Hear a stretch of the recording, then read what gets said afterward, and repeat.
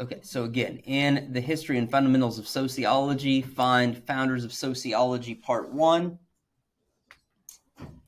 Now, our format for these assignments will always be the same. So once you've got these steps down, you've got them, and it will very seldom change. So first thing, download our notes document. Click on that download arrow.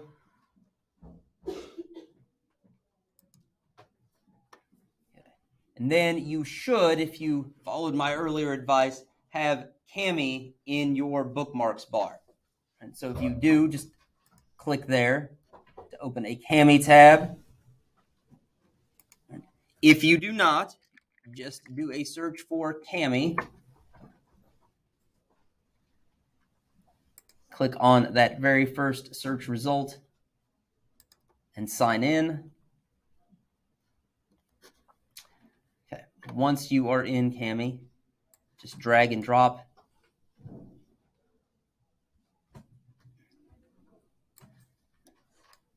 Sometimes it's angry when there is Loom. All right, now you guys should not be getting this prompt today. This should be the first time you have ever opened these notes. Tomorrow you will open them again, and when you are prompted that you have a previously annotated version, select that version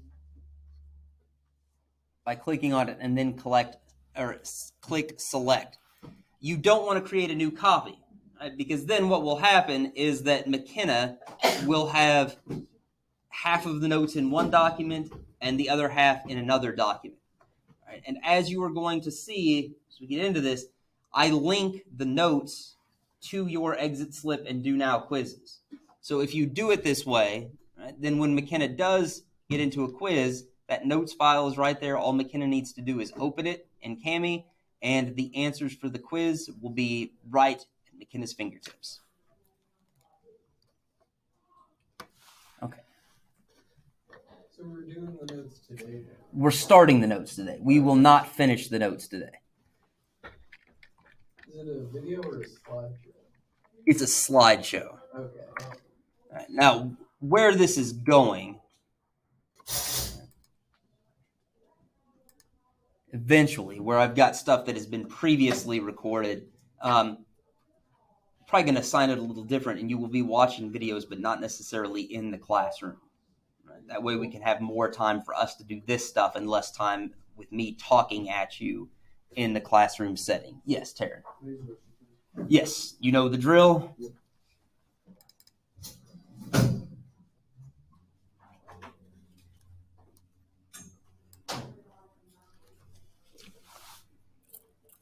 Okay, now, this is going to be up here. You have your notes in Cami. They follow along.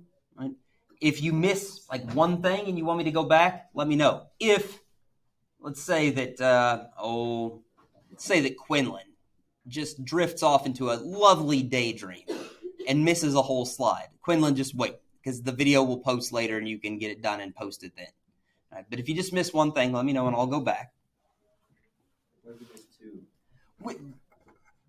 Use your best judgment, Marshall. I trust your judgment until you give me a reason not to. All right. So, founders of sociology, right? It might already strike you that what we've got is a collection of 5 white men. And judging by the black and white nature of the photographs, you might guess that they're all dead. And they are. Right? You might also notice, and this guy, don't know the name of the actor, but he always looks like the actor from the old like teen drama One Tree Hill or something, and it just messes with me. You guys are probably young enough that will escape you, and that's good for you. Right? But we're going to be taking a look at these 5 dead white guys. And that leads us directly to our objectives. In the first place, I want you to be able to identify those 5 men as the core founders of sociology. Generally, even in my world history classes, I am not that big on you memorizing names and faces. the reason we're doing it here is that these guys really are important.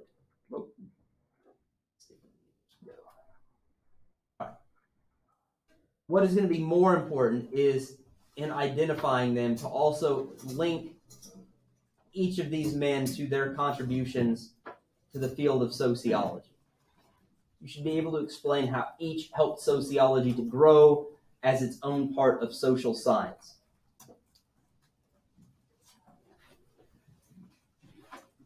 Because it is not the oldest social science. Economics predates it by quite a while, although sociology is older than political science. But that's it, right? We need to know the names because knowing the names will help you distinguish their ideas, and that will be particularly important as we go forward.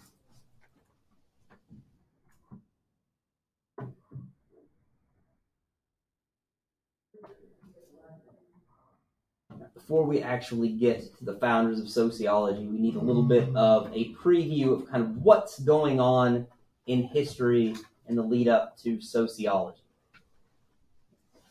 And one of the things to point out is that it's not that our earliest sociologists were the first people to ever think that human interaction or the social life of communities was interesting.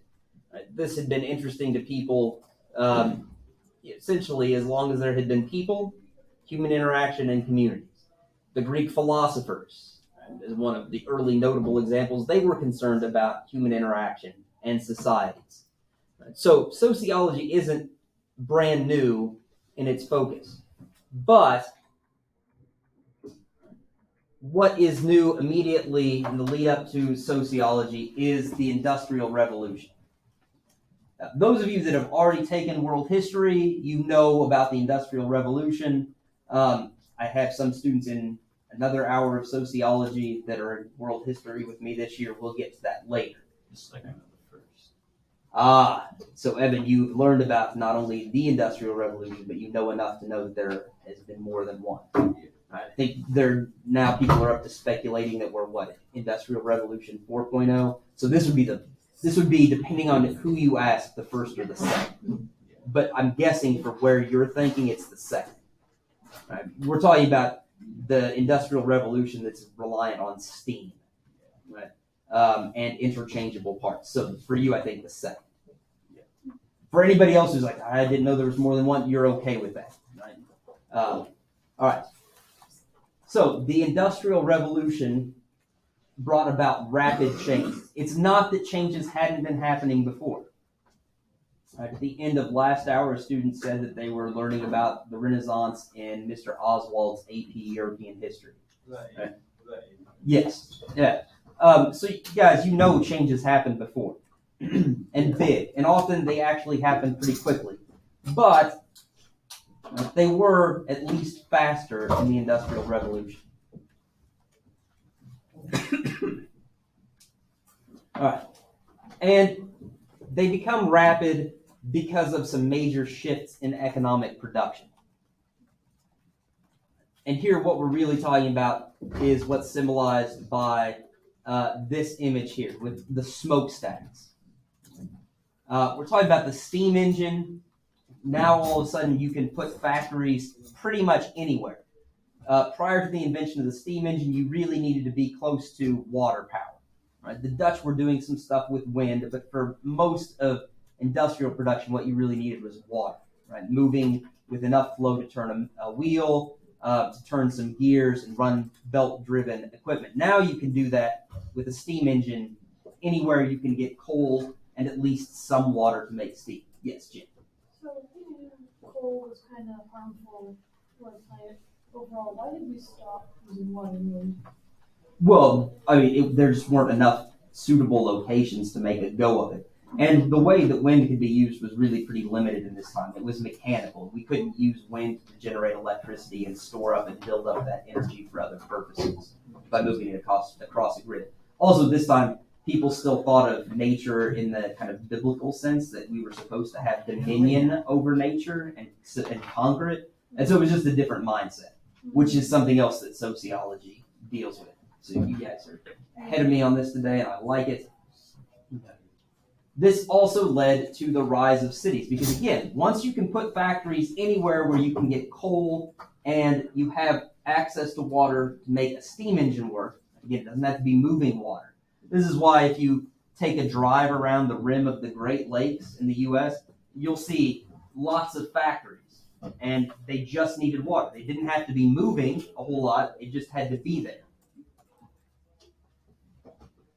Once we can put factories kind of wherever we want to, we need workers, but we also tend to build rail lines to those areas, and so industrial areas become the hubs of cities. Some of them build onto old cities, as is what happened in London, right? But other cities are born in a lot of ways from the Industrial Revolution itself. Places like Detroit, for example, would fit that mold. Unfortunately. Yeah, and as it turns out, for them, kind of unfortunately. Right. Now, going along with this are important social problems.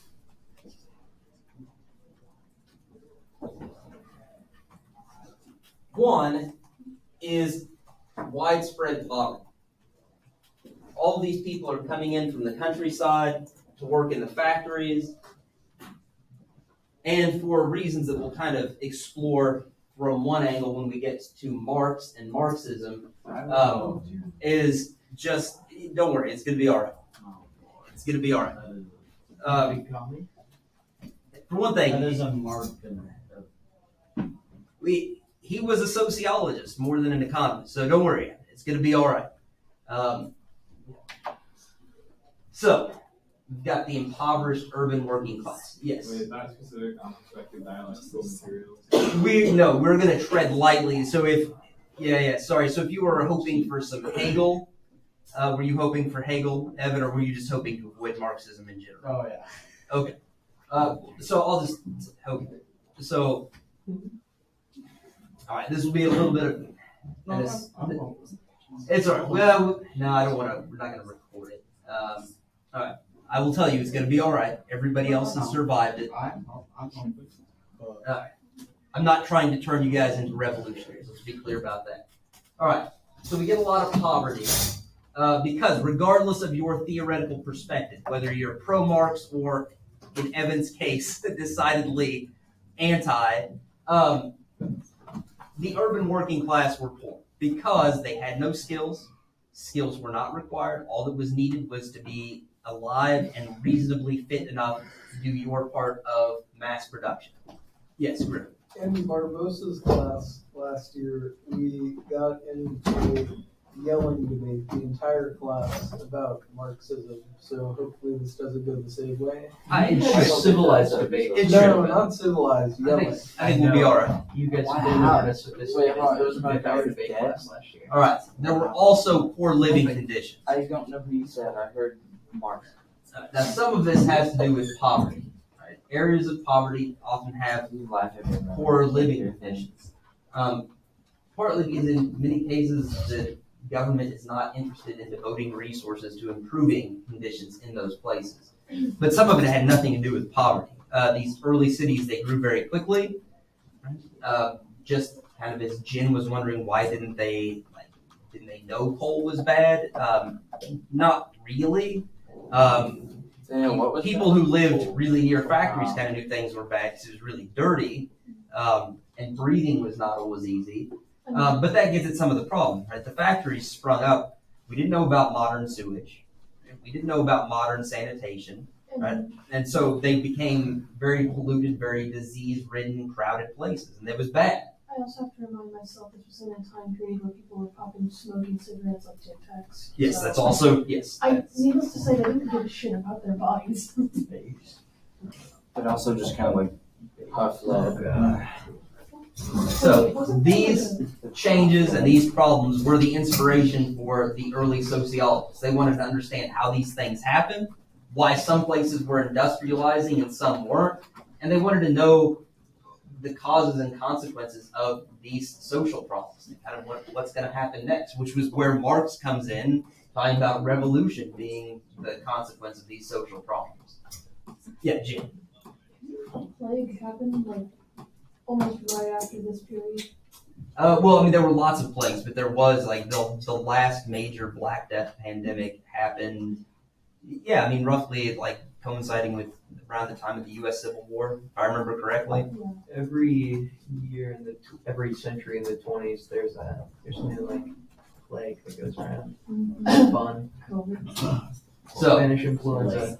not surprisingly, because of what inspired the first sociologists, they show up earliest in industrializing societies, particularly England, France, and Germany. Really, the two first founders of sociology we are going to meet are Frenchmen. Unfortunate. And then later, the United States becomes another hub of sociology. And eventually, like the U.S. Academy in general, we come to kind of dominate the scene, right? Which is why the American Sociological Association is the premier sociological professional organization.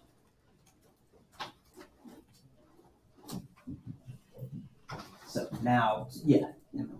Yep.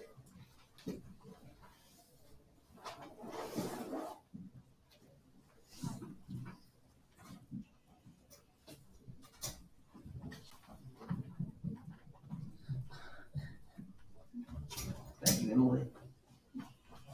All right. We are first going to meet Auguste Comte, right, who is known as the father of sociology. And he's kind of a stern-looking father. Looks ill. And he is known as the father of sociology for two reasons. One, he created the term itself. And when you create the term itself, you get to call yourself the father. More importantly, he boldly proposed that social scientists could study human interactions and society in scientific ways. Now, that may not sound bold or exciting, but it was, at least within his academic circle of fellow nerds, because a lot of his fellow nerds at the time, right, what we call his contemporaries, the people who lived and worked at the same time as Comte, saw the world very differently.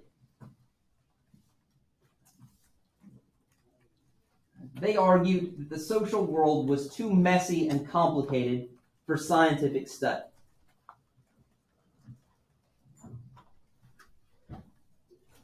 It's not that physics is easy, chemistry is easy, biology is easy, but those worlds and those areas of study still run in more predictable ways. And so they argued that there was no way we were going to be able to study people and societies the way we studied natural sciences. Right? And remember, the natural sciences are things like physics or chemistry or biology.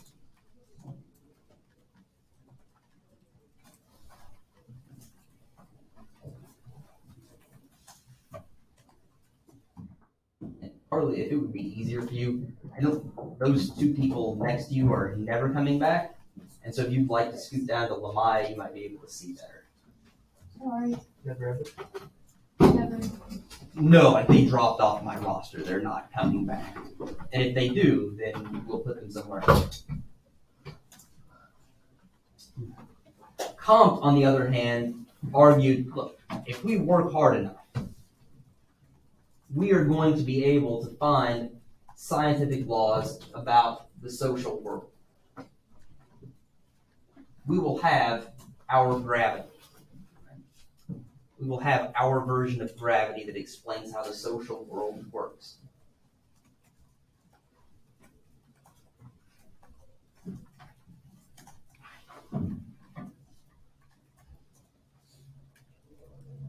Then, as if he's one of those guys selling you a set of steak knives on late night TV, but wait, there's more. He didn't just argue that we were going to be able to find those laws. He said, look, we'll be able to use them.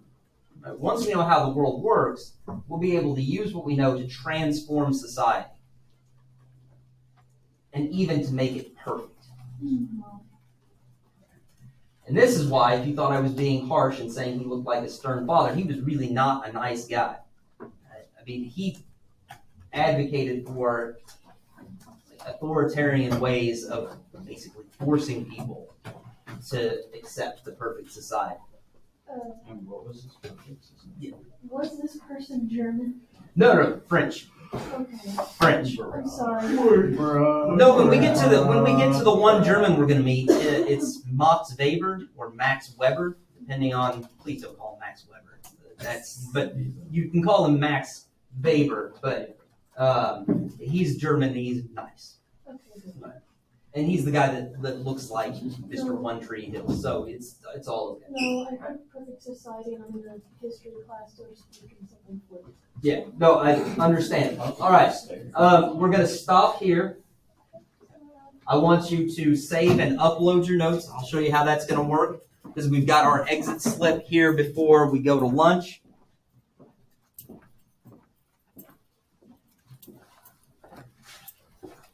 Okay.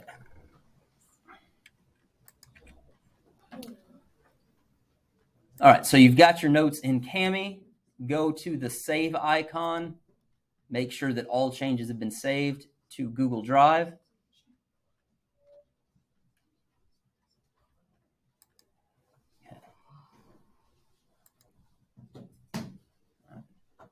Then go back to the assignment in Canvas.